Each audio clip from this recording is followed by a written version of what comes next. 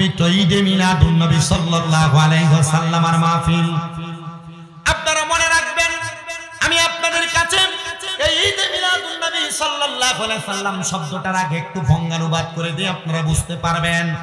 আপনারা সবাই জানেন ঈদ শব্দটার বাংলা অর্থ হলো খুশি, আর মিলাদ শব্দের অর্থ হলো জন্ম, আর নবী শব্দের অর্থ হলো মিলাদুন নবী শব্দটা মুরাক্কাব। মিলাদুন নবী শব্দটার যৌগিক অর্থ হলো নবীর জন্ম, আর ঈদে মিলাদুন নবী মানে হলো নবীর জন্মের খুশি। বলে হুজুর, নবীর জন্মের খুশি ঈদে মিলাদুন নবী, এটা পালন করা কি আমাদের জন্য কি একবারে বেশি জরুরি নাকি? আমি বলবো, আপনি কেন পালন করবেন? পালন করার কথা যদি কোরআনে হাদিসে না থাকে, আপনি পালন করার কোনো দরকার নাই। আর যদি কোরআন হাদিসে থাকে, আপনি বেশি বেশি পালন করেন, এটা নিয়ে আমার কোনো দ্বন্দ্ব নাই। মনে রাখবেন, ঈদে মিলাদুন নবী পালন করে না এবং মানে না বাংলাদেশ এবং বহির্বিশ্বে এমন কোন মুসলমান গোত্র নাই। বল হুজুর কি বলেন, আমাদের সমাজে তো ঈদে মিলাদুন নবী নিয়ে বড় দ্বন্দ্ব। না না না, ঈদে মিলাদুন নবী মানে হলো নবীর জন্মের খুশি। নবীর জন্মতে যেমন আমরা সুন্নিরা খুশি, নবীর জন্মতে তেমন ভাবে কওমিরা খুশি, নবীর জন্মে তেমন ভাবে জামাতিরা খুশি, নবীর জন্মের মধ্যে যারা মুসলমান দাবি করে সবাই খুশি। কিন্তু আমরা সুন্নিরা যেমন ভাবে জুলুস করি, রাস্তার মধ্যে মিছিল করি, এটাই অনেকে মানতে চায় না। আমার কথা হলো মুস্তাহাব এবং মুস্তাহাসান বিষয়ে কে মানবে আর কে মানবে না এটা আমার দেখার বিষয় না। আমার মনে চায় আমি নবীকে ভালোবাসা, আমি নবীকে সালাতু সালাম দিতে দিতে রাস্তায় মিছিল করি, এটাই আমার ধর্ম, এটাই আমার কাজ। কারোর ভালো লাগলে করবে, কারোর ভালো লাগলে করবে না। বলে হুজুর কেন করেন, কারণটাকে আপনি বলেন। ও বাবা, করার কারণ হলো আল্লাহ তাআলা কোরআনুল কারীমে বলে, কুল বিফাদলিল্লাহি ওয়া বিরহমাতিহি ফাবিযালিকা ফালইফরাহু হুয়া খায়রুম মিম্মা ইয়াজমাউন। জবান খুলে জোরে জোরে পড়েন আল্লাহু আকবার। আল্লাহ তাআলা বলেন, হাবিব আপনি তাদেরকে বলে দেন, যখন তারা আমি আল্লাহর পক্ষ থেকে কোনো ফজল পায়, কোনো রহমত পায়, তারা যেন খুশি উদযাপন করে। আল্লাহ আপনার পক্ষ থেকে ফজল এবং রহমত পাওয়ার পর আমরা কি খুশি উদযাপন করব? বলে তারা যা একত্রিত করে রাখে, যা জমা করে রাখে, এই খুশি উদযাপন করা তাদের কাছে এর চাইতে আরো মূল্যবান, এর চাইতে আরো দামি। আল্লাহ আপনি বললেন খুশি উদযাপন করার জন্য আপনার ফজল পাওয়ার পর, এবার আল্লাহ বলে, ওয়া মা আরসালনাকা ইল্লা রাহমাতাল লিল আলামিন। আল্লাহ বলে আমি আল্লাহ ইরসাল করি নাই, নাযিল করি নাই, পাঠাই নাই, তবে ইল্লা রাহমাতাল লিল আলামিন, আমি আমার বন্ধুকে রাহমাতাল লিল আলামিন বানিয়ে পাঠাইছি। জোরে বলেন সুবহানাল্লাহ। আল্লাহ বললেন আমি আল্লাহর পক্ষ থেকে রহমত এবং ফজল পাওয়ার পর খুশি উদযাপন করো। ইয়ানে রাহমাতাল লিল আলামিন বমানা মুহাম্মাদুর রাসূলুল্লাহ সাল্লাল্লাহু আলাইহি ওয়াসাল্লাম নবীজি। এই জায়গায় রহমত বলতে নবীকে বুঝাইছেন, এই জন্য আমরা রহমত পাইয়া খুশি উদযাপন করি। এবার আল্লাহ আপনার রহমত কেমনে আগমন করলো? আল্লাহ কোরআনুল কারীমের মধ্যে ঘোষণা করে, ক্বাদ জাআকুম মিনাল্লাহি নূরুন ওয়া কিতাবুম মুবিন। আল্লাহ বলে এই নিশ্চয়ই অবশ্যই তোমাদের কাছে আমি আল্লাহর পক্ষ থেকে এই মাত্র আসিয়াছে একটা নূর এবং একটা স্পষ্ট কিতাব। আল্লাহ এই নূর দিয়ে আপনি কি বুঝাইলেন? বাবা বেশি উপরের ক্লাসের কোনো কিতাব পড়া লাগবে না। মাদ্রাসা লেভেলের মধ্যে যে তাফসীরের কিতাব পড়ানো হয়, ওই তাফসীরের নাম হলো তাফসীরে জালালাইন শরীফ। ওই তাফসীরে জালালাইন শরীফের মধ্যে এই শব্দ নূর দ্বারা বোঝানো হয়েছে, ইয়ানি নূরুম বমানা মুহাম্মাদুর রাসূলুল্লাহ সাল্লাল্লাহু আলাইহি ওয়াসাল্লাম। জোরে সরে পড়ি সুবহানাল্লাহ। আল্লাহ বললেন আমি আল্লাহর পক্ষ থেকে তোমাদের নিকটে মাত্র এসেছে একটা নূর, আর এই নূর হলো মুহাম্মাদুর রাসূলুল্লাহ সাল্লাল্লাহু আলাইহি ওয়াসাল্লাম। বলো হুজুর কেমনে নূর আমরা জানতে চাই। এবার এই নূরের একটা প্রমাণ দেয় নবীজির কলিজার টুকরা আম্মা জান। উনি বলেন আমার সন্তান মুহাম্মাদুর রাসূলুল্লাহ সাল্লাল্লাহু আলাইহি ওয়াসাল্লাম নবী যখন আমি আমিনার রহিম থেকে যখন দুনিয়াতে গর্ভপাত হয়, জন্ম হয়, আমি আমিনা তাকে দেখলাম। আমি আমিনার ঘর থেকে শাম দেশের বড় বড় রাজপ্রাসাদ গুলা আমি আমার চোখ দিয়ে দেখতেছি। হে মা আমিনা, আপনার চোখের মধ্যে এত পাওয়ার কোত্থেকে আসলো? মা আমেনা বলে, এটা আমার চোখের পাওয়ার না, এটা আমার সন্তান মুহাম্মদুর রাসূলুল্লাহ নূরে মুহাম্মদীর পাওয়ার। আর এই পাওয়ার দিয়া মক্কা নগরী থেকে মা আমেনা আসাম দেশের বড় বড় রাজপ্রাসাদগুলা দেখেছে। এই হলো 2 নাম্বার প্রমাণ। এরপরে নবীজির কলিজার টুকরা স্ত্রী হযরত আবু বকর সিদ্দিকের কন্যা, যার নাম হলো হযরতে আম্মা জান হযরতে আয়েশা সিদ্দিকা রাদিয়াল্লাহু তাআলা আনহা। মা আয়েশা ডাক দিয়ে বলে, এই জগতের মানুষের দলেরা, একদিন আমি আমার ঘরের মধ্যে একটা সুই দ্বারা আমি আমার কাপড় সেলাই করতেছিলাম। এমন টাইমে আমার হাত থেকে সুইটা পড়ে গেছে, আমি আমার সুইটা সন্ধান করে পাইতেছি না। এই টাইমে রাহমাতাল লিল আলামিন নবীজি আমি হযরতে আয়েশার ঘর মুবারকে আগমন করলো।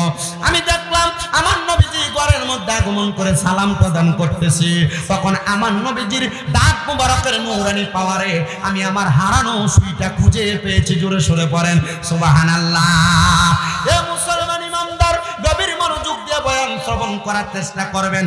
আমি অল্প সময় বয়ান করি, তবে চেষ্টা করি মানুষের কাছে একটা জিনিস বুঝিয়ে দিয়ে যাওয়ার জন্য। তাহলে আমরা বুঝতে পারলাম, আল্লাহ বলল আমি আল্লাহর পক্ষ থেকে তোমাদের কাছে আসলো নূর।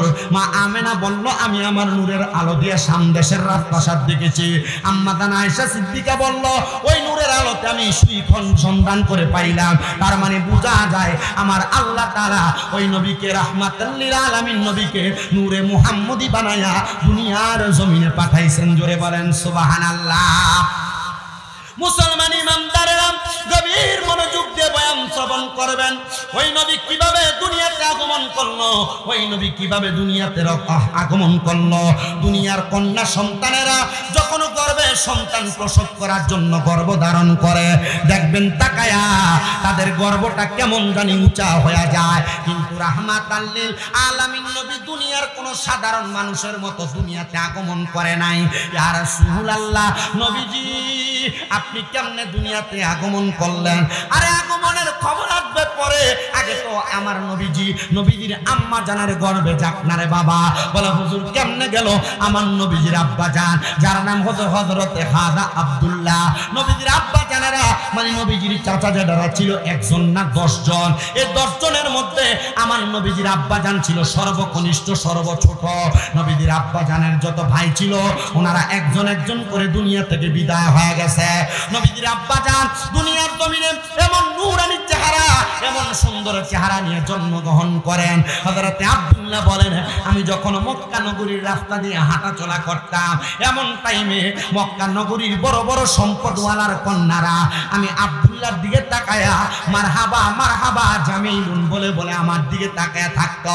মারহাবা বড় সুন্দর বইলা বইলা আমি আব্দুল্লাহর দিকে তারা তাকায়া থাকতো। আমি একদিন আব্দুল্লাহ ওই মহিলাদেরকে জিজ্ঞাসা করলাম, এ মেয়েরা তোমরা কেন আমি আব্দুল্লাহর দিকে তাকায়া থাকো? তারা বলে, এ আব্দুল্লাহ, আমরা শুধু তাকায়া থাকি না, আমরা তোমাকে বিবাহ করার জন্য প্রস্তুত আছি। জোরে বলেন মারহাবা। একদিন 2 দিন করে নবীজির আব্বা জানের কাছে বিবাহের প্রস্তাব প্রদান করে। নবীজির আব্বা জান 3 দিনের দিন দৌড়ে কাবা ঘরের সামনে গেলেন, যা দেখলেন নবীজির আব্বা জান হযরতে নবীজির কলিজার টুকরা আব্বা জান হযরতে আব্দুল্লাহর বাবা জান হযরতে আব্দুল মুত্তালিব নবীর দাদা, উনি কাবা শরীফের সাথে হেলান দিয়া ঘুমাইতেছেন। যে ডাকতে বলেন, ও বাবা হযরতে আব্দুল মুত্তালিব, আপনার কাছে আমার একটা প্রশ্ন গো বাবা। আমি রাস্তাতে বের হলে মক্কার মহিলারা আমারে বড় ডিস্টার্ব করে, মক্কার মহিলারা বড় আমারে জ্বালাতন করে, তারা নাকি আমাকে বিবাহ করতে চায়। ও বাবা, বেশি দিন হয় না আমি আমার 2টা চোখ দিয়া মক্কা দেখে আসছি, বেশি দিন হয় না আমি আমার হাতগুলা দিয়া আল্লাহ তাআলার কাবা ঘরের গিলাফগুলো ধরে আসছি, বেশি দিন হয় না আমি আমার ঠোঁটগুলা দিয়া আল্লাহ তাআলার কাবা ঘরের পাশে যে হাজরে 5 ওয়াক্ত পাথর আছে, একবার 2 বার না আমি 10 বার ওই হাজরে আসওয়াদ পাথরের মধ্যে চুম্বন দিয়েছি। ওই কাবা ঘরের পাশে নবীজির দাদা আব্দুল মুত্তালিব বসা, আর নবীর আব্বা জান বলে, এ আব্বা, আমি যদি মক্কার রাস্তায় যাই, মক্কার কন্যারা মেয়েরা আমি আব্দুল্লাহরে বড় ডিস্টার্ব করে, বড় জ্বালাতন করে। হযরত আব্দুল মুত্তালিব বলে, যাও বাবা, তুমি একটু ধৈর্য ধারণ করো, আমি তোমার সমস্যার সমাধান করতেছি। হযরত আব্দুল মুত্তালিব বড় চিন্তিত। নবীজির দাদা হযরত আব্দুল মুত্তালিবের একজন দোস্ত ছিলেন, যার নাম ছিল হযরত ওহাব জোহরি। হযরত ওহাব জোহরি মক্কা নগরীতে মক্কাতে প্রবেশ করেছে। দিনার বাড়িটা ছিল মক্কা নগরীর পাশে একটা জায়গা আছে, যে জায়গার নাম গাজা। ওই গাজা এরিয়া থেকে মক্কা নগরীর সেখান থেকে মসজিদে আয়েশাতে সফর করে যারা উমরাকারী, বাসে 5 টাকা ভাড়া দেয়। দেওয়ার পরে মসজিদে আয়েশা যে 2 রাকাত নামাজ পড়ে বাসে করে চলে আসে। ওই জায়গায় হযরত ওহাব জোহরীর বাড়ি। হযরত ওহাব জোহরী মক্কা নগরীতে প্রবেশ কইরা নবীজির দাদা জানকে দেখতেছে। হযরত ওহাব জোহরীর চেহারাটা হযরত আব্দুল মুত্তালিবের চেহারাটা কেমন জানি মলিন মলিন চিন্তিত দেখা যায়। ওহাব জোহরী ডাক দিয়ে বলে, এ হযরত আব্দুল্লাহর বাবা আব্দুল মুত্তালিব, আমার দোস্ত, তোমার চেহারাটা কেন মলিন দেখা যায়? তুমি বলো না। বলে, মলিন হলো আমার সন্তান আব্দুল্লাহ প্রাপ্তবয়স্ক হয়ে গেছে, আমার সন্তানের বিবাহের জন্য একটা উপযুক্ত কন্যার প্রয়োজন। ওহাব জোহরী ডাক দিয়ে বললেন, এ ভাই, তুমি আমার দোস্ত মানুষ, তুমি যদি মনে কোনো কষ্ট না নাও তাহলে আমার কন্যা সন্তান হযরত আমেনার সাথে তুমি তোমার সন্তান আব্দুল্লাহর বিবাহ দিতে পারো। সুন্দর কথা, রাজি হয়ে গেলেন। হযরত আব্দুল্লাহ এবং হযরত মা আমেনার বিবাহ হয়ে গেছে। শুধু বিবাহ হয় নাই, যখন তারা বাসর ঘরের মধ্যে প্রবেশ করে তার আগে একটা কথা বলে নেই। নবীর আব্বা হযরত আব্দুল্লাহ যখন রাত্রবেলা বাজার থেকে বাড়িতে ফিরে আসতেন, এখন মানুষ লাইট টিপে টিপে বাড়ির মধ্যে আসে, আর তার আগের যুগে হারিকেন জ্বালায় বাড়িতে আগমন করত। আর মক্কা নগরীর বাজারের মানুষেরা যখন তারা বাজার থেকে বাড়িতে ফিরত, তারা একদল হয়ে দাঁড়িয়ে থাকতো। নবীর আব্বা হযরতে আব্দুল্লাহর সঙ্গে তারা বাড়িতে যাইত। তারা জিজ্ঞাসা করে, হে আব্দুল্লাহ, তুমি কি একবার আমাদের কাছে জানতে চাও না আমরা কেন তোমার জন্য দাঁড়িয়ে থাকি? বলে, কারণ কি? হযরতে আব্দুল্লাহর পেশানির মধ্যে একটা নূরে মুহাম্মদী ছিল, যেটার পাওয়ারে তারা রাস্তা আলোকিত দেখতে পাইতো। জোরে সরে পড়েন সুবহানাল্লাহ। আপনাদের কি কষ্ট হচ্ছে? ওয়াজ কি কিছুক্ষণ চলবে ইনশাআল্লাহ? আমার সময় 10টায় ছিল, আমাকে 10টায় দেওয়া হয় নাই। টাইম লস মনে রাখবেন, ওয়াদা খেলাফ করলে মুনাফিকের আলামত। কিসের? আমি বলি আপনাদেরকে,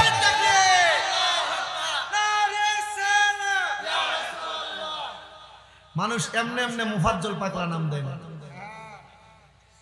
আসলে আমাকে 12টায় দিল কিছু মনে করতাম না। আমি আপনাদের কাছে স্বাভাবিক অবস্থায় আসি নাই। বাড়িতে আমার আম্মা জান অসুস্থ, আজকে 4 মাসের উপরে পিএলআইডি অপারেশন হওয়ার পর বিছানায় পড়ে আছে, হাঁটতে খুব কষ্ট হয়। প্রথম 2 মাস আমার আম্মা জান যে বিছানায় ঘুমাইছেন, আমি তার পাশে নিচে ঘুমাইছি। আমি আমার আম্মা জান কখন ডাক দেয় তার জন্য রাত্রে ভালো করে ঘুমাইতে পারি না। আমি এখানে আসার আগে আমার ছোট ভাইকে ফোন দিছি, কই আসো? মাদ্রাসায়, তাড়াতাড়ি বাড়িতে আসো। আব্বারে জিজ্ঞাসা করছি, কোথায় আছেন? কুমিল্লা বিবির বাজার, তাড়াতাড়ি বাসায় আসেন। ওনাদেরকে বাড়িতে ঢুকাইছি। আমার আম্মা জানের খেদমত করে নরসিংদীর আমার এক ভক্ত বেলাবতে বাড়ি, উনিও আছেন, উনিও খেদমত করে শাশুড়ি সহ আমার আম্মা জানে। মাঝে মাঝে ওনাদেরও যদি অপরাগ হয়, কুমিল্লা বরুড়া, কুমিল্লা হোমনার অনেক মহিলারা আছেন আমার আম্মার খেদমত করে। আমার তো ভক্তবৃন্দ আছে এরা আমার আম্মার খেদমত করে। তবে আমার কাছে একটু মনে টান লাগে, আমি সন্তান কেমনে আমার মাটারে ফালাই আমি দূরে যাই, তবু চলে আসি। আমার ভাই মাওলানা ফয়সাল আহমদ শেরপুরি সাহেব দাওয়াত করেছেন, আপনারা ওনার সম্মান রক্ষা করবেন। এই সম্মানে আমি আপনাদের কাছে উপস্থিত হয়েছি। আমি আমার নির্দিষ্ট টাইমের পূর্বে এখানে উপস্থিত হয়েছি, তবুও চেষ্টা করছি আপনাদেরকে বয়ান শ্রবণ করানোর জন্য। আপনারা বলেন, নবীজির আব্বাজানের বিবাহ থেকে জন্মলগ্ন পর্যন্ত যতটুক ঘটনা হয়েছে আপনারা কি শুনতে চান? কথা বলেন, শুনতে চান? আমি ইনশাআল্লাহ বলার চেষ্টা করব। আল্লাহ আমাকে বলার, আপনাদেরকে শোনার তৌফিক দান করুন। সবাই পড়েন আল্লাহুম্মা আমিন। সবাই তার পূর্বে একটু মুহাব্বতে দরুদ শরীফ পড়েন। আল্লাহ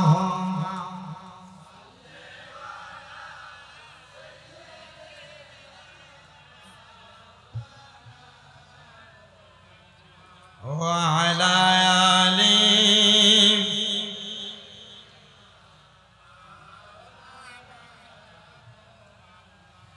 আশকিরে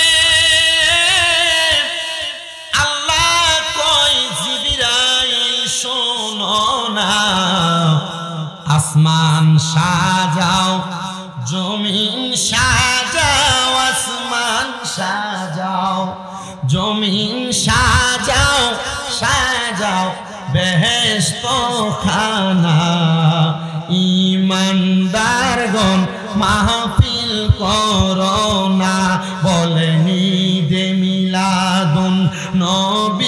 মাহফিল প্রথমে করেছেন রাব্বানা ইমানদারগণ মাহফিল করোনা পাগল রে সূরা আল ইমরানে আল্লাহ করেছেন ঘোষণা মিলাদুন নবী পালন করতে মিলাদুন নবী পালন করতে অঙ্গীকার করলেন রাব্বানা ইমানদারগণ জুলুস করো না আল্লাহুম্মা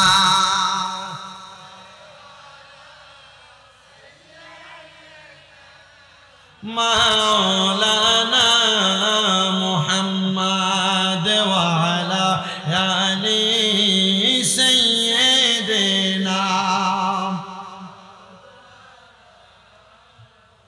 আমার মুসলমান ইমানদারেরা নবীজির আব্বাজান বাজার থেকে যাওয়ার সময় বাজারের সকল খরিদ্দাররা বলতো হে আব্দুল্লাহ আমরা তোমার জন্য বসে থাকি তোমার কপালের নূরে মুহাম্মদীর আলো দিয়া আমরা যেন রাস্তা পারাপার হতে পারি এবার নবীর আব্বাজান হযরত আব্দুল্লাহ ওনার স্ত্রীর সঙ্গে মানে নবীর আম্মাজান হযরত আমিনার সঙ্গে বাসর হয়ে গেল বাসর এমনি হয় নাই দুই রাকাত নফল আদায় করে নফল নামাজ আদায় করে নবীর আব্বাজান হযরত মা আমিনার কপাল মুবারকের মধ্যে একটা চুম্বন করেছে আর নবীর আম্মাজান হযরত আমিনা নবীর আব্বাজানের কপাল মুবারকের মধ্যে চুম্বন করেছে এইভাবে রাত্রি যাপন হয়ে গেছে পরের দিন সকালবেলা নবীর আব্বাজান রাস্তা দিয়ে যায় কিন্তু মক্কার যে মেয়েরা নবীর আব্বাজানকে বিবাহের প্রস্তাব দিত কিন্তু ওই দিন আর নবীর আব্বাজানের চেহারার দিকে ফিরে তাকান না নবীর আব্বাজান বড় অবাক হয়ে গেলেন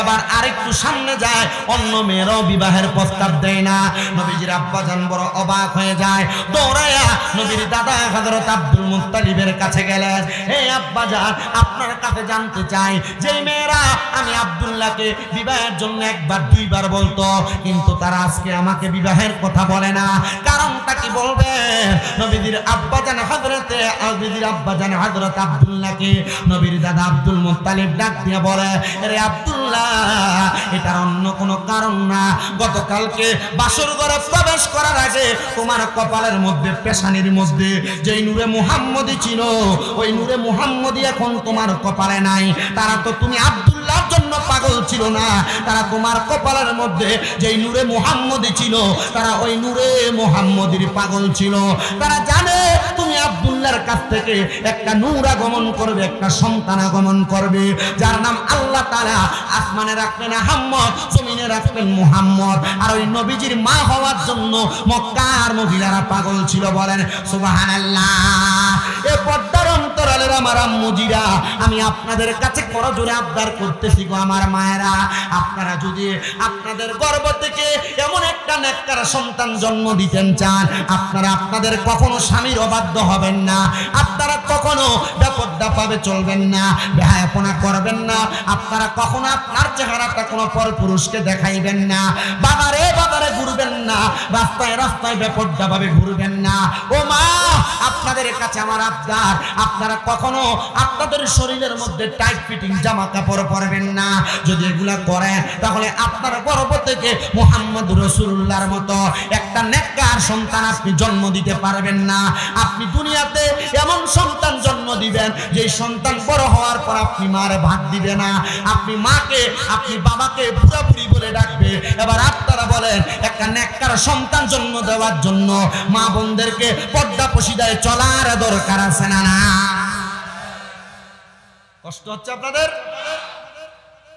সময় কম অল্প সময় কথা বলে আমি বিদায় নেব আপনারা মনোযোগ দিবেন একটু নবীজির আব্বাজান চলে গেলেন ওনার ঘরের মধ্যে যাত্রাকে দেখলেন মা আমিনার রেহেমের মধ্যে একটা নূর চমকাইতেছে একটা আলো নবীজির আব্বাজান বলে আমি বুঝতে পারলাম হযরতে আমিনা সেই জায়গার মধ্যে সেই নূরের মালিকানা পাইছেন তো নবীজি দুনিয়ার জমিনের মধ্যে এখনো আগমন করে নাই নবীজির আম্মাজান বলে আমার গর্ভের মধ্যে সন্তান আছে কিনা না এটার খবর আমি জানি না আল বিদায়া ওয়ান নিহায়া কিতাব পড়ে দেখবেন 1 খণ্ড না 14 খণ্ডের কিতাব। আমার ঘরের কিতাবটা এখনো পর্যন্ত বর্তমান। এ বাবা আমি পরে পরে দেখলাম রাহমাতাল লিল আলামিন নবীর আম্মা জান বলে যখন 1 মাস হয়ে যায় আমি তাকায় দেখলাম আমার ঘরের দরজার মধ্যে কে যেন সালাম দেয়, আসসালাতু ওয়াসসালামু আলাইকা আইয়ুহান নবী। আমি সালামটা শুনলাম, বুঝতে পারলাম সালাম আমাকে দেওয়া হয় নাই, কোন নবীকে সালাম দেওয়া হয়েছে। মা আমেনা ডাক দিয়ে বলেন আমি তাড়াতাড়ি দরজার সামনে যাইয়া আমার ঘরের দরজাটা খুললাম, আমি দেখলাম আমার ঘরের দরজার মধ্যে কে যেন দাঁড়ানো, কিন্তু তার পাগুলা জমিনের মধ্যে। আমি মাথাটা উঁচা করে দেখলাম মনে হয় তার মাথাটা আল্লাহর আসমানের সাথে লাগতেছে। এ মা আমেনা এটা কে গো, তার পরিচয়টা কি? মা আমেনা বলেন আমি তারা প্রশ্ন করলাম মান আনতা, কে আপনি? উনি আমারে পরিচয় দেয় আনা আদামু সাফিউল্লাহ, আমি হইলাম আল্লাহ তাআলার পয়গম্বর, আমার নাম হলো হযরতে আদামু সাফিউল্লাহ। তো আপনি তো আমার ঘরের দরজায় আপনি যে সালাম দিলেন আসসালাতু ওয়াসসালামু আলাইকা ইয়া আইয়ুহান নবী, আপনি একজন নবীকে সালাম দিলেন। উনি ডাক দিয়া কয়ে গো মা আমেনা আপনার গর্ভের মধ্যে একজন নবী আগমন করেছে, জোরে বলেন সুবহানাল্লাহ। মা আমেনা বলেন 2য় মাস আমার ঘরের মধ্যে হঠাৎ করে সালামের জবাব সালাম শুনতে পাইলাম, ঘরের দরজা খুললাম, দেখলাম তাকে উনিও ঠিক একই সাইজের মনে হয়।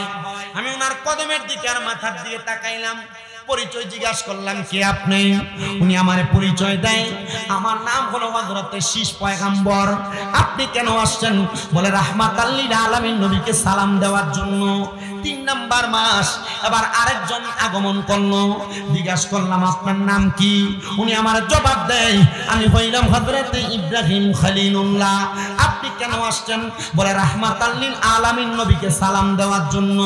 4র্থ মাস আগমন করলো, আপনার নাম কি? ওনার নাম হলো হযরতে দাউদ আলাইহিস সালাতু ওয়াস সালাম। এ নবী আপনি কেন আগমন করলেন? বলে আমি আগমন করেছি রাহমাতাল লিল আলামিনকে সালাম দেওয়ার জন্য। 5ম মাস আগমন করলো হযরতে মূসা কালিমুল্লাহ। উনি আগমন করে সালাম দেয়, মা আমেনা জিজ্ঞাসা করে কে আপনি?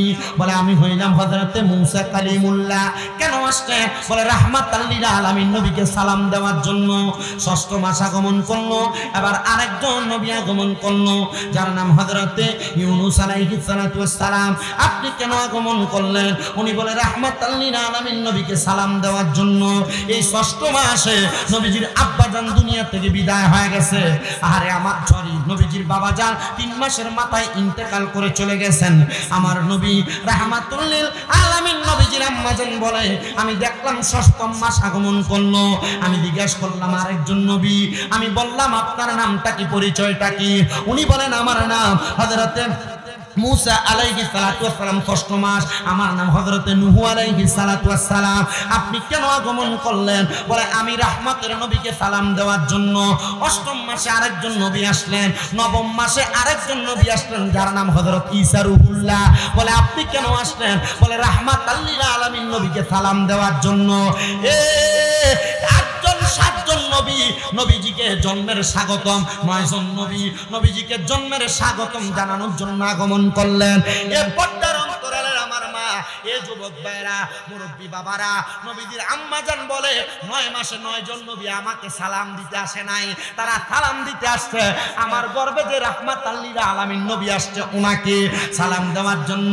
কিন্তু আমি আমেনা অনুভব করতে লাগলাম রে আমার গর্ভটা তেমন কোনো উঁচু হয় নাই। আমি অবাক হয়ে গেলাম। তার মানে বোঝা যায় রহমতের কোনো ওজন হয় না, রহমতের কোনো সাইজ হয় না, রহমতের কোনো পরিমাপ হয় না। আল্লাহ তাআলা এমন একটা রহমত মা আমেনার গর্ভের মধ্যে দিয়া দিছে, ওই রহমত সাধারণ রহমত না, ওই রহমত হলো রাহমাতুল লিল আলামিন। নারে রিসালাত ইয়া রাসূলুল্লাহ, মারহাবা মারহাবা, আর মুহাব্বতে পড়েন মারহাবা। হে মুসলমান ইমানদারেরা, নবীজির আম্মা জান বলেন 10 মাসের মাথায় যখন আমি নবীজির আম্মা জান হযরত আমেনা আমার ঘরে অবস্থান করি, এমন টাইমে আমি হঠাৎ করে দেখলাম আমি আমেনার ঘর থেকে আল্লাহর কাবা ঘরটা দেখা যায়। মারহাবা পড়েন। বেশি দূর না, মনে হয় কাবা শরীফ থেকে যদি সোজা রাস্তায় হাঁটা হয় তাহলে মা আমেনার ঘরটার কাবা শরীফের দূরত্ব 3 মিনিট। 3 মিনিট রাস্তা।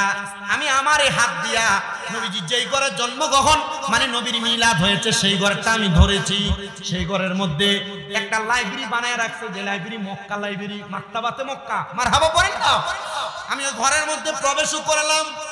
এ বাবা, ওই ঘরের সামনে যায়া নবীজির আম্মা জানের আবার কথাটা বলি। আমার নবীর আম্মা জান উনি বলে আমি আমার ঘর থেকে দেখলাম আল্লাহ তাআলার কাবা ঘরটাতে ছাদ বরাবর আল্লাহ তাআলার আসমান থেকে 3টা কাপড় আসছে। 3টা কাপড়, একটা কাপড় হলো সাদা রঙের, একটা কাপড় হলো কালো রঙের, একটা কাপড় হলো সবুজ বর্ণের।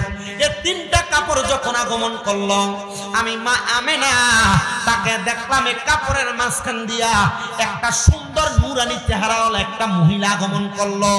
উনি সোজা আমার ঘরের মধ্যে প্রবেশ করলেন। আমি ওনাকে প্রশ্ন করলাম, হে আমেনা, আমেনা আপনি কি প্রশ্ন করলেন? মা আমেনা ডাক দিয়া বলে, হে জগৎবাসী রে, আমি প্রশ্ন করলাম কে গো আপনি, আপনার পরিচয় কি? উনি আমার জবাব দে, আমারে তুমি চিনো না, আমি হইলাম হযরতে আদম নবীর স্ত্রী, আমার নাম হলো হযরতে হাওয়া। পুরো শুনে পড়েন না মারহাবা। হযরত হাওয়া যখন আগমন করলেন হযরতে মা আমেনা জিজ্ঞাসা করলেন, গো মা আপনি কেন আগমন করলেন? বলে আমার আল্লাহ তাআলা রাহমাতাল লিল আলামিন নবীকে স্বাগতম জানানোর জন্য পাঠাইছে। এ বাবা, এই এলাকায় জন্ম দিতে কোনো সন্তান জন্ম নিলে আপনাদের এলাকায় দাইমাকে ডাইকা আনা হয়, হসপিটালে জন্ম নিলে নাফকে ডাইকা আনা হয়, কিন্তু আমার নবী দুনিয়াতে জন্ম নিবে মানে জন্ম শব্দের অর্থই হলো মিলাদ, জন্ম শব্দের আরবি হলো মিলাদ। আমার নবীর মিলাদ হবে গো আমার আল্লাহ তাআলা জান্নাত থেকে মা হাওয়ারে পাঠিয়ে দিছে। জোরে সুরে পড়েন সুবহানাল্লাহ। মা আমেনা ডাক দিয়া বলে, ও জগৎবাসী গো, আমি এবার তাকে দেখলাম আরেকজন মহিলা আগমন করলো। আমি জিজ্ঞাসা করলাম আপনার নামটা কি? উনি বলে আমার নাম হযরতে মরিয়ম আলাইহিস সালাতু ওয়াস সালাম। আপনি কেন আসলেন? বলে নবীকে সালাম দেওয়ার জন্য, নবীকে রিসিভ করার জন্য।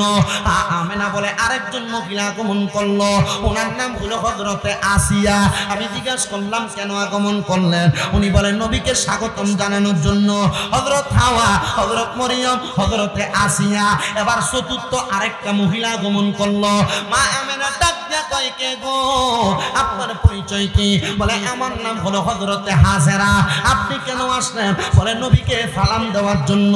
মা আমেনা বলে আমি তাকে দেখলাম তাদের 4 জনের হাতের মধ্যে 4টা পেয়ালা নেওয়া। ওই পেয়ালার মধ্যে কি জিজ্ঞাসা করলাম, তারা আমার উত্তর দেয় এগুলা হলো শরাব। ও মা, ওই শরাবগুলা কিসের শরাব? বলে একটা শরাব হলো জান্নাতের কাউসারের পানি, আরেকটা শরাব হলো সারাবান তাহুরা, আরেকটা শরাব হলো জান্নাতের লাবান মানে দুধ, আরেকটা শরাব হলো জান্নাতের মধু। মা গো, এই শরাবটা আপনি আমারে কেন পান করাইবেন? বলে এই শরাবটা পান করাইবো আপনি যেন রাহমতের নবীকে দুনিয়াতে সুন্দর করে স্বাগতম জানে আনতে পারেন। এই শরাবটা পান কইরা যখন নবীজির আম্মা জান চোখটা বন্ধ করছে গো, আমার রাহমাতাল লিল আলামিন নবীজি দুনিয়াতে আগমন করছে। ওই সময় অন্য কোনো সময় না, রবিউল আউয়াল মাসের 11 তারিখ দিবাগত রাত 12 তারিখ সুবে সাদেকের মুহূর্তে আমার রহমতের নবী আগমন করলেন। আশেক বলে জান্নাত থেকে হাওয়া আসিয়া মরিয়ম হাজেরা মিলাদুন নবী পালন করতে আসিলেন ধরা। হায় রে, আসলেন নবী পোশাকে পরা। দুনিয়ার সন্তানকে পোশাক পরে আগমন করে? তাহলে রাহমাতাল লিল আলামিন নবী পোশাক পরে কেমনে দুনিয়াতে আগমন করলো?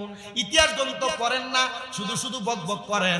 আপনি বলতেছেন মিলাদুন নবী কি? নবী তো দুনিয়াতে আমাদের মতো সাধারণ মানুষ হয়ে আগমন করছে।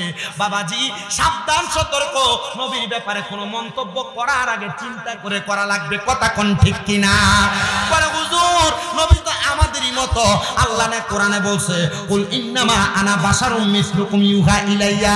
নবী আপনি তাদেরকে বলে দেন আপনি তাদের মতো একজন মানুষ, পার্থক্য হলো নবী আপনার নিকট ওহী আসে, তাদের নিকট আসে না। এই আয়াত কিসের জন্য নাযিল হয়েছে এই মৌলবী বুঝে না।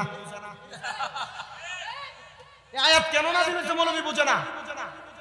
এই আয়াত নাযিল হয়েছে কাফেরদেরকে সালিশ করে ইসলামের দিকে আনার জন্য। কেন? কাফেররা যখন রহমতের নবী যখন বিভিন্ন রকম ভাবে মানুষকে দাওয়াত দেয়, কাফেররা ফোন দিয়ে আসছে মুহাম্মদ জাদু করে। মুহাম্মদ কি করে? নাউজুবিল্লাহ, কি জোরে বলবেন না? মুহাম্মদ কি করে? মুহাম্মদ কি জাদু করে? নাউজুবিল্লাহ, জোরে বলে না তো। তখন মালিক বিন হাবিব এক লোক ওই এলাকার সবচাইতে বড় জাদুকর ছিল। তখন মালিক বিন হাবিবকে পাঠাইছেন, যাও মুহাম্মদকে পরীক্ষা করো, যদি তুমি তোমার কোন জাদুর ফেরে তুমি যদি মুহাম্মদকে হারাইতে পারো তাহলে তোমার জন্য বড় পুরস্কার। মালিক বিন হাবিব বলে, আমার তো বড় একটা চিন্তা, আমার ঘরের ভিতরে অন্য কোনো চাহিদা নাই, আমার একটা চাহিদা। সে মালিক বিন হাবিবের একটা কন্যা ছিল যে অন্ধ ছিল। কি ছিল? কথা বলে না, কি ছিল? অন্ধ ছিল।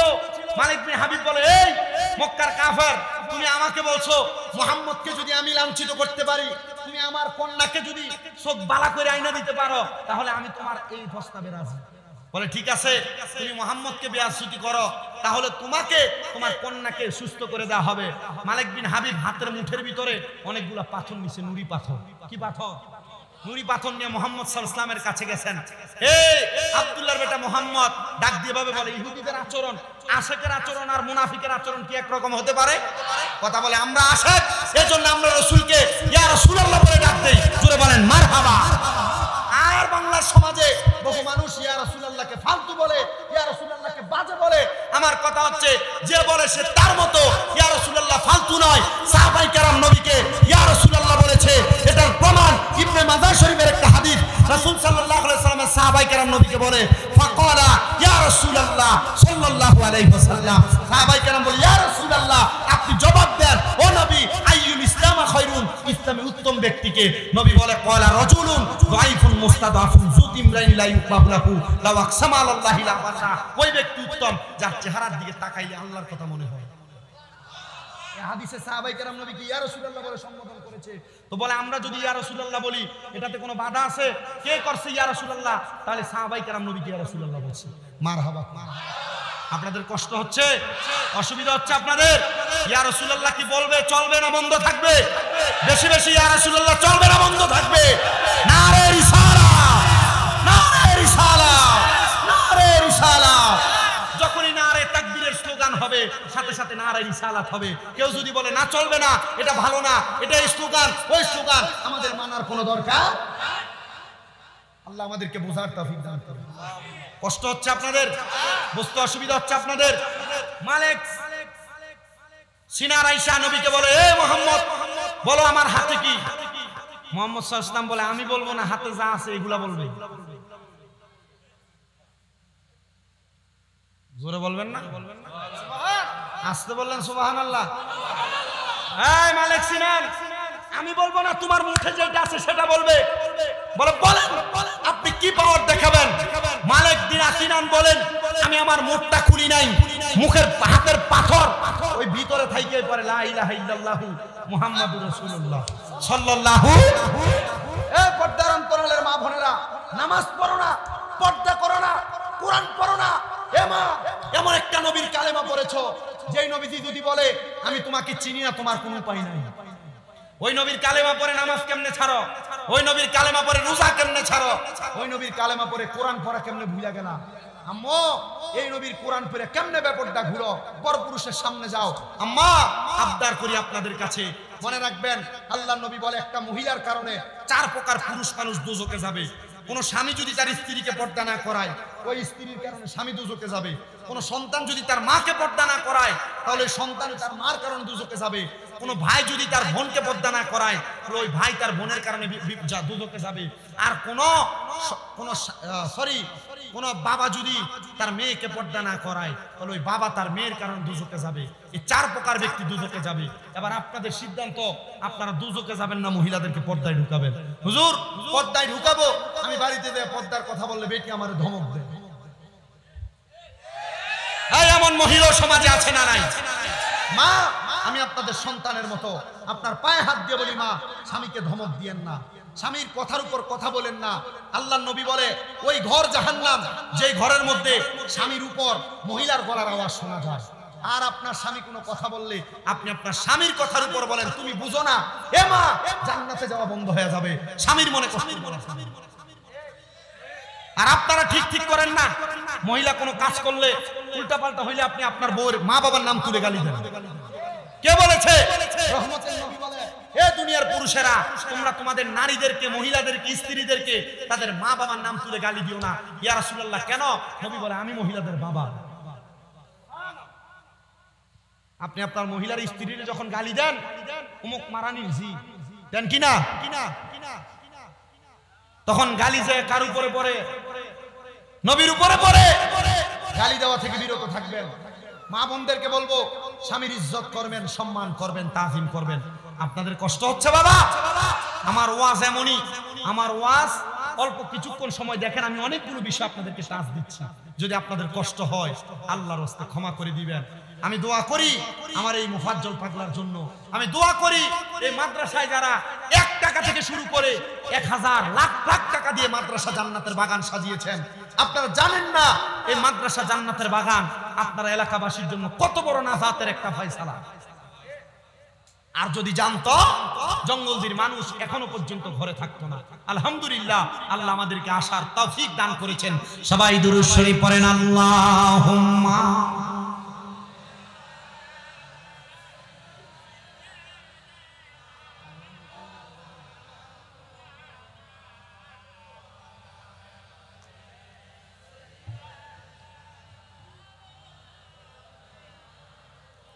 কোথায় রইলেন মায়ার নবীজি, আমাদেরকে ছাড়িয়া? আপনি বিনে কি লাভ হবে এই ধরাতে বাঁচিয়া? আল্লাহুম্মা। মুহাব্বত নিয়ে পড়েন, ঈমান তাজা হবে।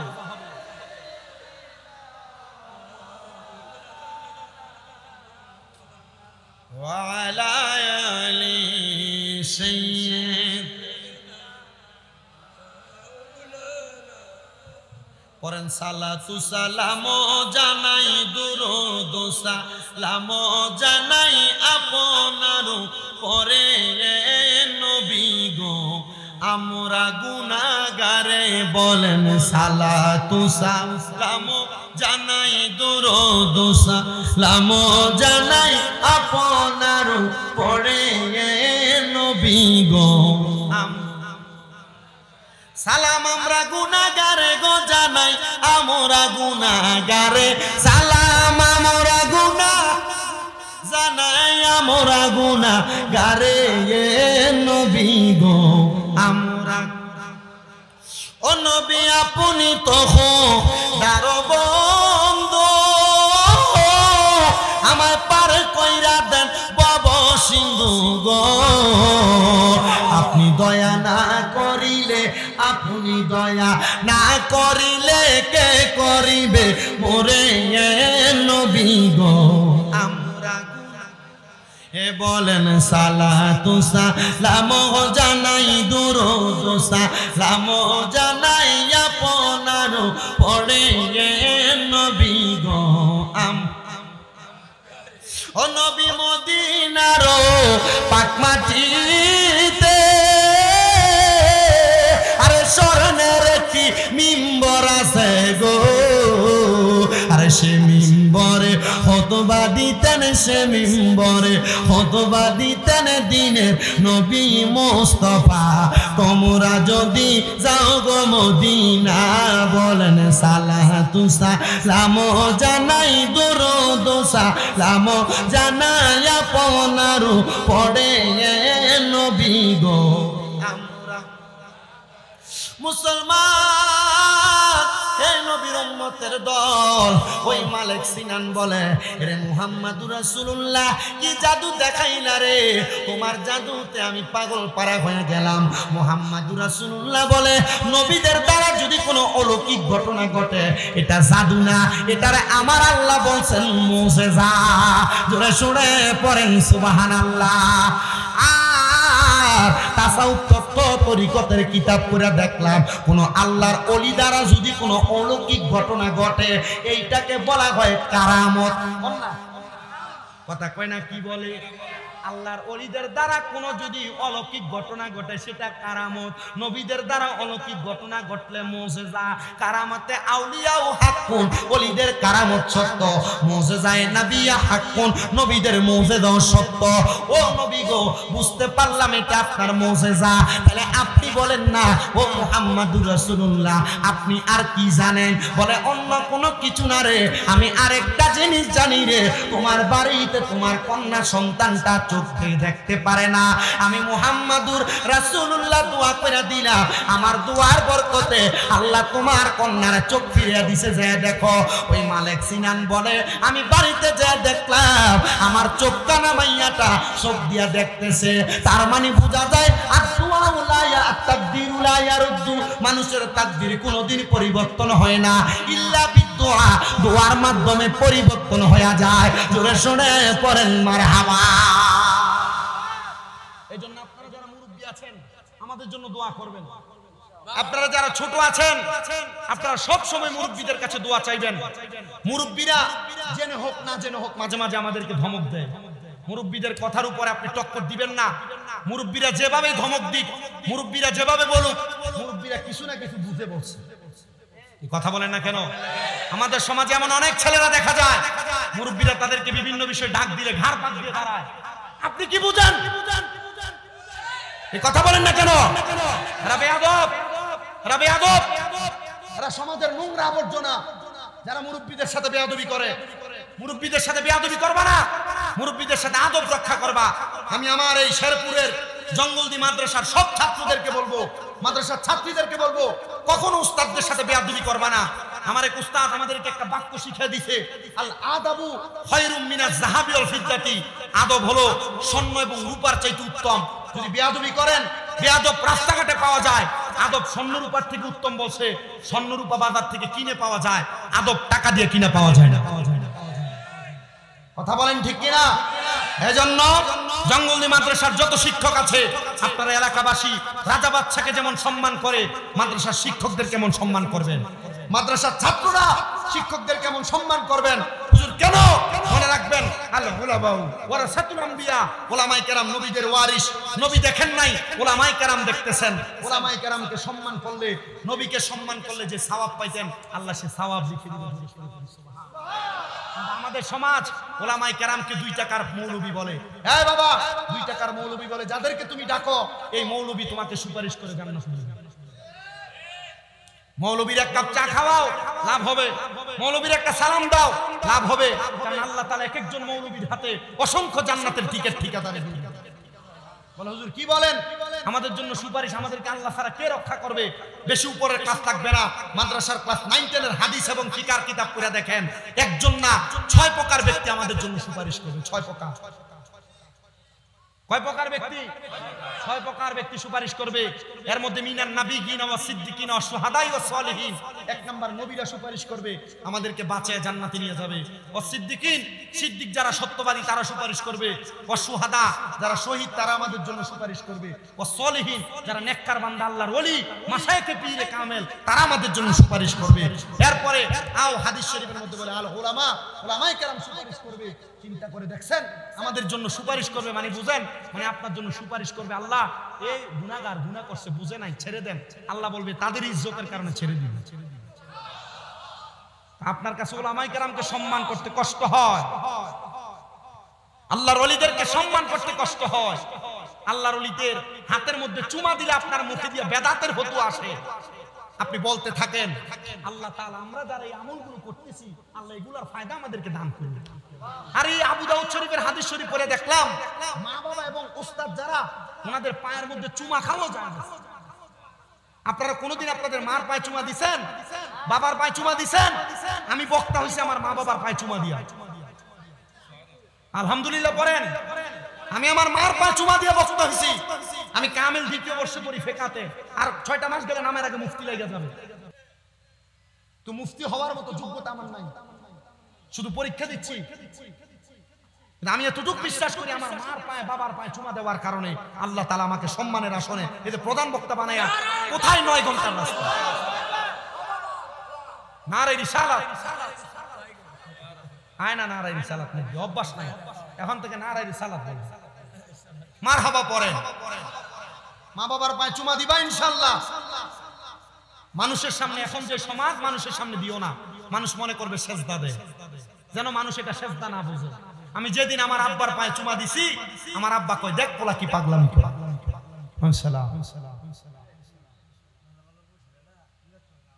আচ্ছা এটা আমি পয়রা দিয়ে যাবো ইনশাআল্লাহ, সব হবে। আপনাদের অসুবিধা হবে, কষ্ট হবে, যার ভাল লাগবে পড়বে, যার ভাল লাগবে না পড়বে না। ভাল লাগে?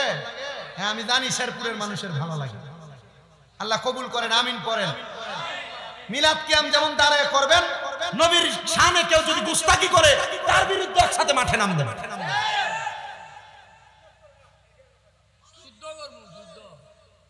আল্লাহ কবুল করুক। যুদ্ধের দরকার নাই, আমার ভাল লাগে, আমি মহব্বতে যে পড়ে না এটা এর মায়। এ পাগলার হাতে যদি একটা লাঠি থাকতো আমি চিন্তা করি বাইরেই তো মানুষ। তাহলে আমার বাবারা, আমি আমার ওয়াজের যে জায়গায় ছিলাম, নবী রাহমাতুল লিল আলামিন নবী দুনিয়াতে আগমন করেছেন কি পরে? দুনিয়ার পোশাকটা জান্নাতের পোশাক, জান্নাতের পোশাক পরে দুনিয়াতে আগমন করেছে। আমার নবীজির আম্মা জান বলে জগতের মানুষ শুধু আগমন করে নাই, আমি আমিনা তাকে দেখলাম দুনিয়াতে সন্তান আগমন করলে ওই সন্তানের মাথা আগে দুনিয়াতে আসে। কিন্তু আমার নবী মুহাম্মদুর রাসূলুল্লাহ যখন আগমন করলো, নবীজির কদম মুবারক আগে জমিনের মধ্যে লাগছে। আর নবীর কদম মুবারক যখন জমিনে লাগছে, তখন মক্কা নগরীর যেই নদীর মধ্যে পানি ছিল না, আল্লাহ তাআলা নবীর কদম মুবারকের সাদকায় পানি দিয়ে দিছে। যে গাছের মধ্যে ফল ছিল না, ওই গাছের মধ্যে ফল দিয়ে দিছে। যে গাছের মধ্যে পাতা ছিল না, নবীজির কদমের সাদকায় আল্লাহ তাআলা ওই গাছের মধ্যে ফুল আর ফল আর নদীর মধ্যে পানি দিয়ে দিছে। জোরে বলেন সুবহানাল্লাহ। নবী যখন দুনিয়াতে আগমন করলেন, নবীর ফুফি আম্মা বলেন আমি তাকে দেখলাম মুহাম্মাদুর রাসূলুল্লাহর ঠোঁট মোবারক ফটফট করে লড়তেছে। আমি দেখলাম রে দুনিয়ার কোন সন্তান জন্ম নিলে ওয়া ওয়া করে কান্না করে, কিন্তু মুহাম্মাদুর রাসূলুল্লাহর ঠোঁট মোবারকটা কেমন জানি নড়াচড়া করতেছে। নবীর ফুফি আম্মা বলে আমি মুহাম্মাদুর রাসূলুল্লাহর কানের সাথে কান, মুখের সাথে কানটা লাগাইলাম। আমি দেখলাম জন্মের পরে মুহাম্মাদুর রাসূলুল্লাহ ইয়া রাব্বি হাবলি উম্মতি উম্মতি বলে কান্দে। জন্মের পর থেকে উম্মতি বলে কান্দে। এ জন্মদির বাবা, ওই উম্মতি বলে কান্দওয়ালা নবীর মাদ্রাসার মাহফিলে বসেছেন আপনারা। ওই উম্মতের চিন্তা করে নবীর মাদ্রাসায় আপনারা বসেছেন। আরে মাদ্রাসার মধ্যে যে তালেবুল ইলমরা পড়ালেখা করে, তারাই তাদের সিনার মধ্যে নবীর কোরআনের শিক্ষা, নবীর হাদিসের শিক্ষাগুলা নিয়ে আপনার জন্য দোয়া করবে। আজকের ওই মিলাদুন নবীর মাহফিলে আপনারা যারা বসেছেন, আপনাদের লাভটা কি হবে? নবী আমার যখন প্রাপ্তবয়স্ক ইসলামের দাওয়াত দেন, নবীজির চাচা নাম তো আপনারা অনেকে শুনেছেন, আবু তালেব আর আবু লাহাবের কথা, কিন্তু এরা নবীর উপর ঈমান আনেন নাই। কিন্তু আমার নবীজি যখন দুনিয়াতে জন্মগ্রহণ করেছে, নবীজির চাচা আবু লাহাব অথবা আবু তালেব, দুইটা নামের একটা আমার মনে পড়তেছে না হাদিস শরীফে বাণীটা।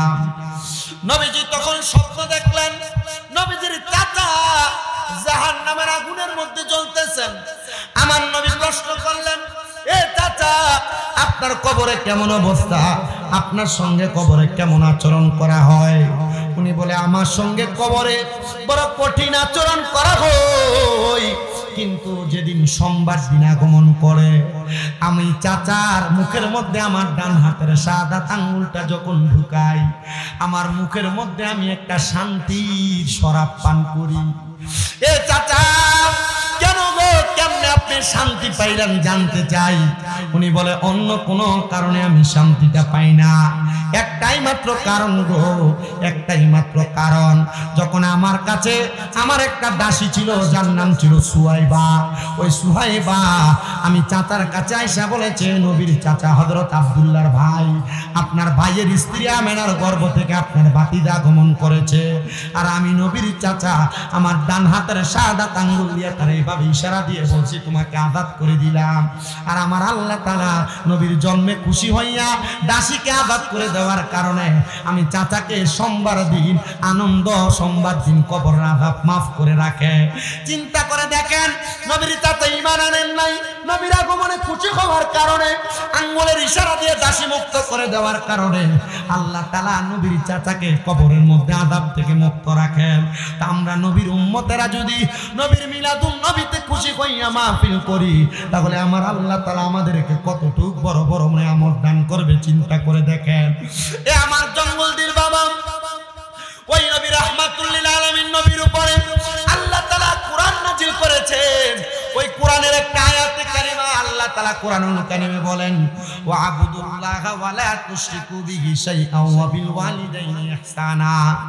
আল্লাহ তাআলা ওই নবীর উপর নাজিল কিন্তু কোরআনে ঘোষণা করেছেন তোমরা আমি আল্লাহর ইবাদত করো, ওয়া লা তুশরিকু বিহি শাইআ, তোমরা আমি আল্লাহর সঙ্গে কোনো কিছুর মধ্যে অংশীদার শিরিক করো না। আর আমার আল্লাহ তাআলা বলেন ইহসানা, তোমরা তোমাদের মা বাবার প্রতি ইহসান করো। আমি আমার ওয়াজের শেষের দিকে যাচ্ছি।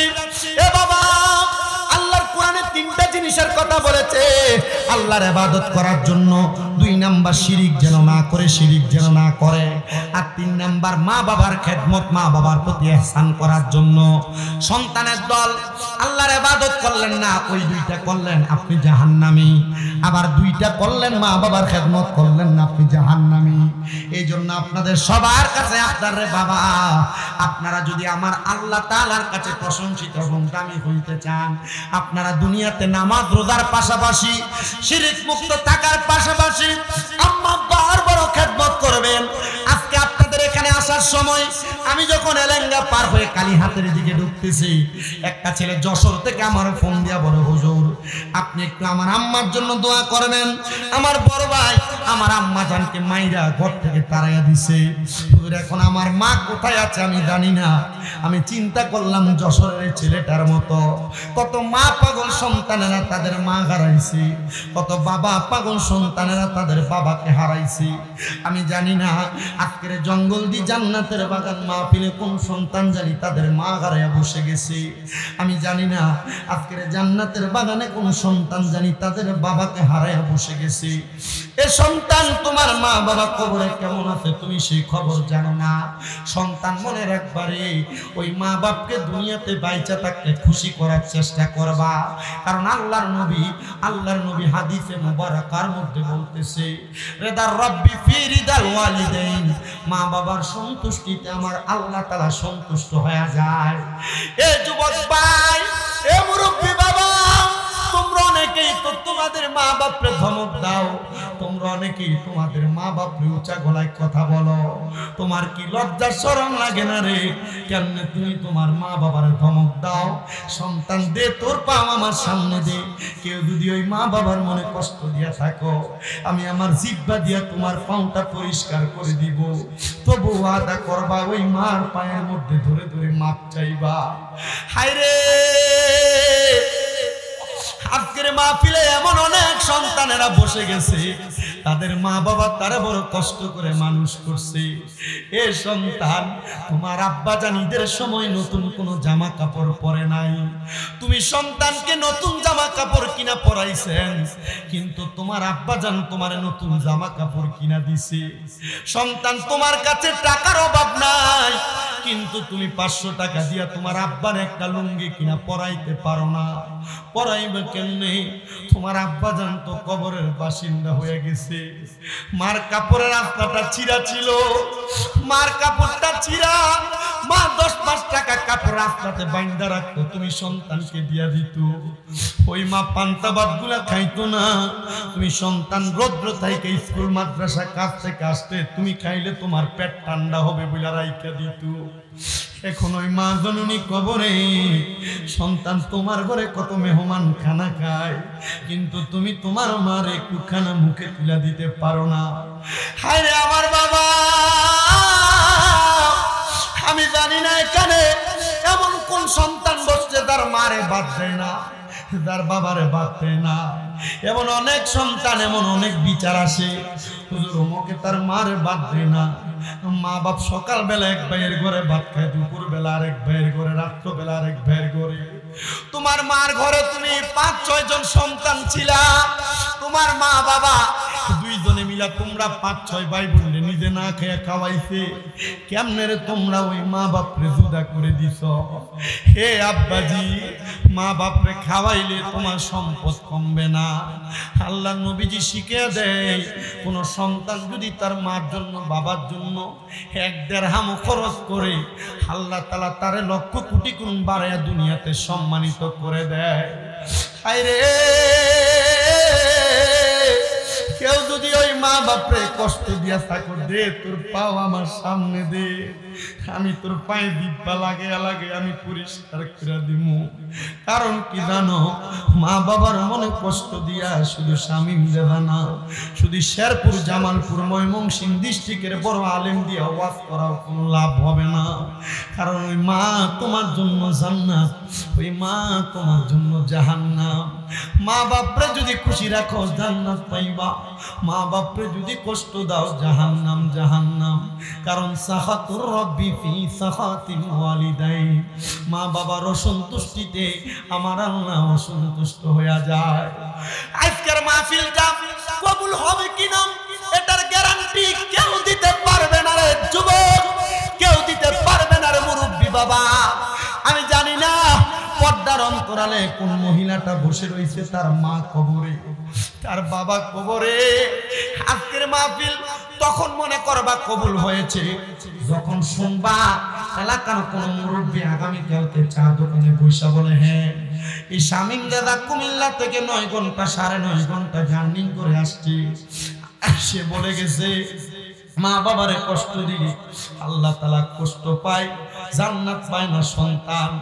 সন্তান যদি শোনো এলাকার কোন মুরব্বী দোকানে বইসা বলে, হ্যাঁ আমার সন্তান কোনোদিন আমার সাথে কোনো বেয়াদবি করে নাই, তবুও আজ শুনে যাই আমি বাবার পায়ে ধরে মাপ চাইছি, মনে করবা মাহফিল কবুল হয়ে গেছে।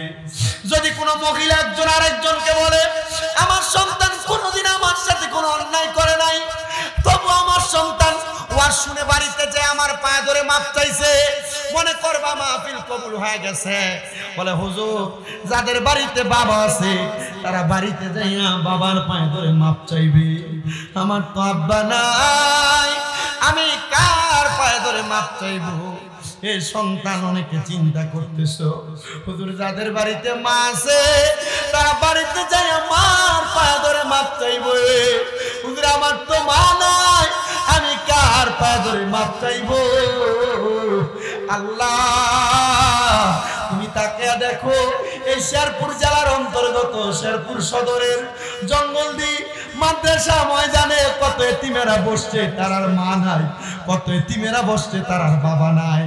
আল্লাহর নবী বলে, কোন সন্তানের বাবা মা মারা যাওয়ার পরে ওই সন্তান যদি চোখের মধ্যে একটা পানি ফোঁটা ফালাইয়া দিয়া কান্দে, ওই পানি মাটিতে পড়ার আগে আল্লাহ তার মা বাবার জীবনের গুনাহ মাফ করে দেয়। এরে পর্দার আড়ালের মা, মা বাবার বাড়িতে গেলে আগে বাবা তোমার জিয়াইছো বলে ডাক দিত, এখন বাবার বাড়িতে গেলে সবার মুখ দেখা যায় কিন্তু আব্বার মুখটা দেখা যায় না। মারে মা, বাবার বাড়িতে গেলে আগে মা তোমার টান দিয়া বুকে নিয়ে কপালটার ভিতরে চুমা দিত, মা গো বুরকাটা খুলিস পরে আগে 2টা লোকমা খায়ালো বইলা তোমারে ডাক দিত। এখন মা কবরে কেউ একবার খবর লয় না। আল্লাহ জানি না রে কার মা কবরে, জানি না রে কার বাবা কবরে কান্দি। এই মুফাজ্জল পাগলার মতো মা বাবারে যারা বসত রে, আল্লাহর কাছে দোয়া করো, রব্বিরহামহুমা কামা রব্বায়ানি সগীরা ওয়া রব্বিরহামহুমা কামা রব্বায়ানি সগীরা।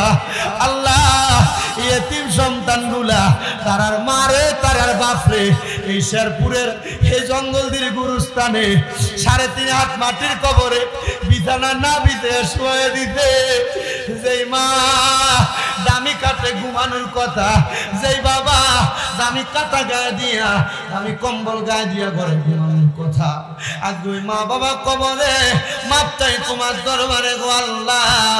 এমন আম্মা আব্বার কবরে তুমি আর আযাব দিও না।